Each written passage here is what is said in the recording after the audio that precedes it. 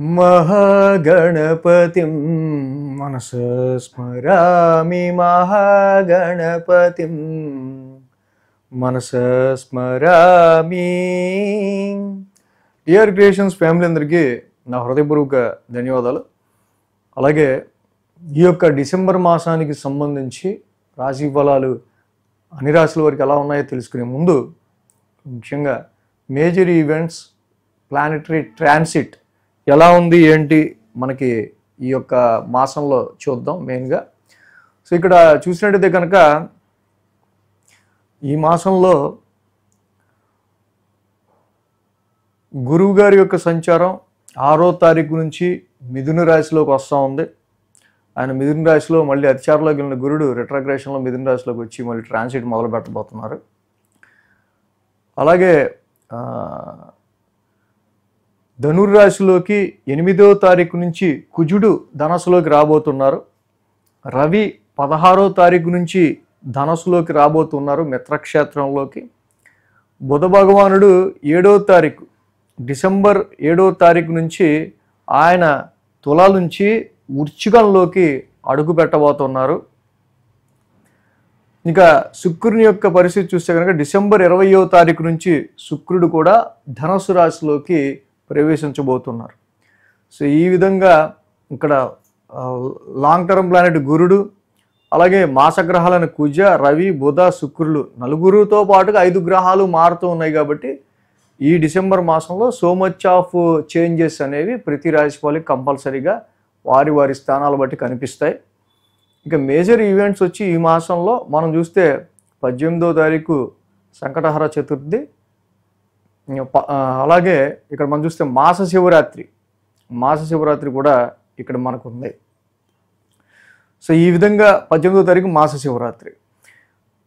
So ఈ గ్రహస్థితుల ఆధారంగా ముఖ్యంగా డిసెంబర్ మాసం మరి మీ రాశి వారికి ఎలా ఉండబోతుంది అనేది ఇప్పుడు చూద్దాం. మకర రాశి వారికి సంబంధించి చూద్దాం. మకర రాశికి డిసెంబర్ మాస ఫలితాలు ఏ విధంగా ఉండబోతున్నాయి అనేది. ఈ రాశికి తృతీయంలో శని, దశమంలో బుధుడు,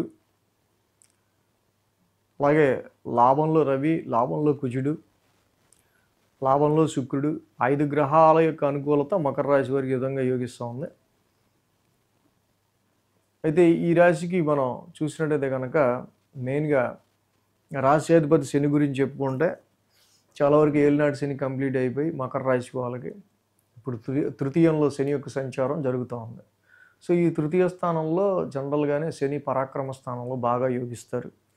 కాబట్టి ఈ థర్డ్ హౌస్ అనేది ఒక పాపస్థానం. సో ఈ పాపస్థానంలో శని లాంటి ప్లానెట్ కూడా చక్కగా రాశ్యాధిపతి అయి ఉండటం.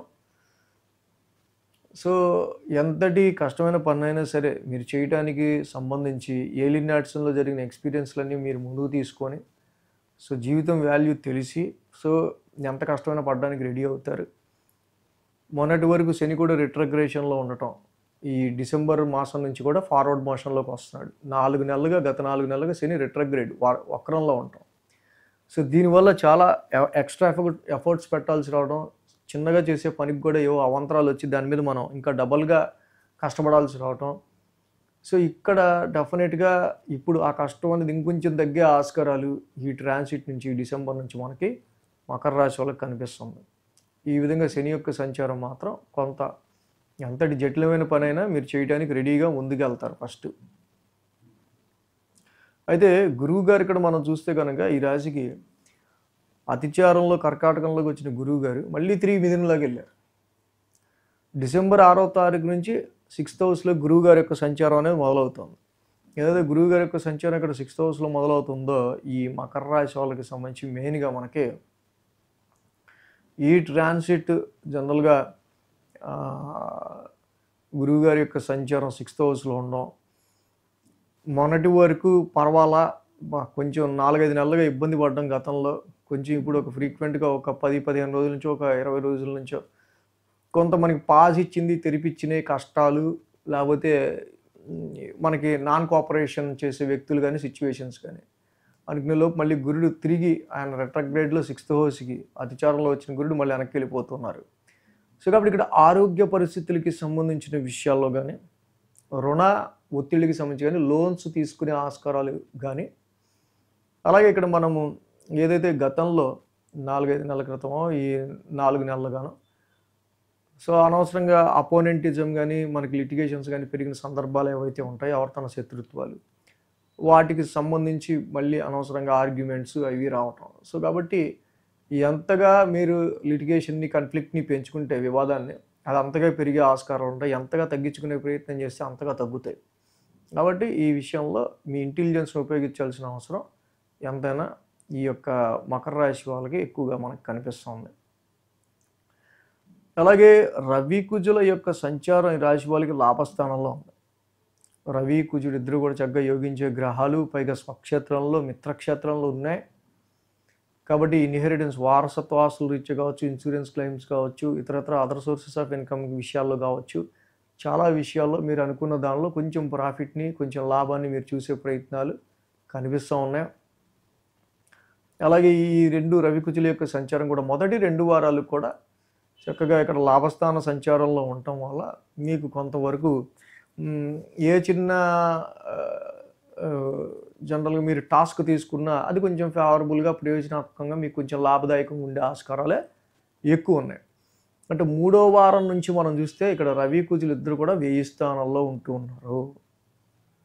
కాబట్టి 1000 స్థానంలో కొంచెం రవి కుజులు ఉండటం వల్ల మరి ఇక్కడ దాకా ఏమన్నా కొద్దో గొప్ప కొంచెం ఉన్న మనకి ఫేవర్ అయిన సిచ్యువేషన్స్ కొంచెం లాభం వచ్చినప్పుడు ఇక్కడ ఈ రవి కుజుల యొక్క సంచారంలో కొంచెం ఆరోగ్యపరంగా కొంచెం 3వ వారం నుంచి 16వ తారీఖు నుంచి ఆరోగ్యపరంగా కొంచెం కేర్ తీసుకుంటా, అలాగే వాహనాలు నడిపేటప్పుడు కానీ, అలాగే వచ్చిన గెయిన్స్ని ప్రాపర్గా యూటిలైజ్ చేసుకోవడంలో కానీ జాగ్రత్త వహించాలి.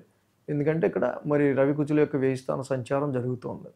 శుక్రుడు కూడా లాభస్థానంలో ఉన్నారు. ఈ రాశికి చక్కగా శుక్రుడు చాలా మంచి మిత్రుడు. ఆయన కూడా లాభస్థానంలో ఉండటం వల్ల కొద్దో గొప్ప అటు ఇన్వెస్ట్మెంట్స్ రీత్యానో, సంతానం రీత్యానో, మీ ప్రొఫెషన్ రీత్యానో చాలా వరకు పాజిటివ్ రిజల్ట్స్ అనేవి 20వ తారీఖు వరకు శుక్రుడు లాభంలోనే ఉంటాడు.